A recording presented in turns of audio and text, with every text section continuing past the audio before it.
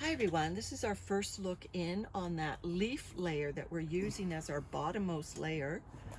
We can see worms on the top here. So I'm going to be looking through here and seeing what's going on.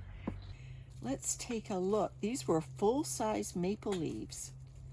Now, I mentioned in one of my other videos that Bentley Christie's blog said worms and microbes can't get into full-size leaves. They need bin critters to get into full-size leaves, and I wish I had that blog in hand before I put full-size leaves on this bottom layer, thinking any worms that go down here will get lots of food. They will once the bin critters get in here. However, in the meantime, they'll be foraging. So these leaves are not overly wet, if you can see that. In fact, you can hear them rustling. But you can see some good mildew building on them. But yeah, so what Bentley Christie said is that you need the pill bugs and other little munching insects, not the microbes, to break down full-size leaves so that the microbes can get into them, so that the worms can get into them.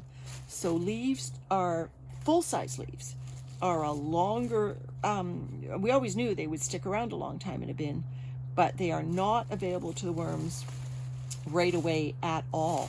So the worms that have gone down here, I'm thinking a couple things. First, I probably put too many leaves in here. So my first order of business is I'm going to take some of these leaves out and I'm just going to stick them in my leaf mold pail that I have right next to it. So I've thinned out the number of leaves in here considerably. I've probably taken some of the worms as well into that other pail, which is fine. It's got lovely semi-processed leaf mold in it. What I'm now going to do is I'm going to distribute some of this rich soil and microbes through these leaves. Hopefully there will be bin critters in here, like pill bugs, hopefully no spiders. It's the day after Halloween. There are worms down below. I am finding worms down below that are living in our half barrel. There's just one that I could grab. So there are worms down here. It is moist enough. There's another worm. It's moist enough for the worms, and it will be moist enough for these leaves if we can get some bin critters to help this decomposition out. So thank you, Bentley Christie, the compost guy.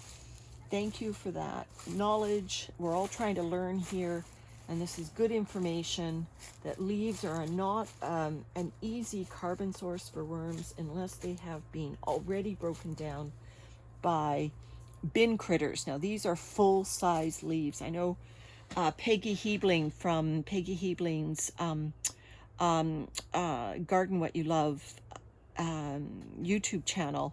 She's using Dutch elm leaves, which are very small, and her worms and microbes seem to be taking care of those no problem at all right away quick. But these are big leaves. My sister used to joke that one British Columbia maple leaf per wheelbarrow when you're raking up leaves, because we can get some pretty big maple leaves.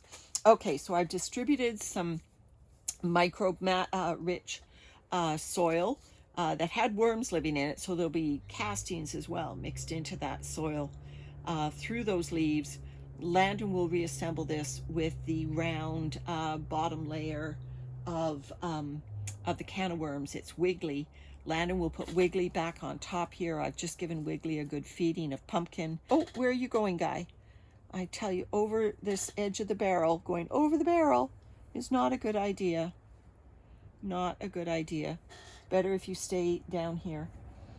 I've talked myself into giving this layer some pumpkin because, like I said, the leaves themselves are not an easy food for whatever worms are down here. So that's what I'm trying to do with this half barrel, is create enough bedding down here so that it insulates the bottom of my can of worms through the winter. All right, everyone. That's our first look at the bottom leaf layer. Bye for now.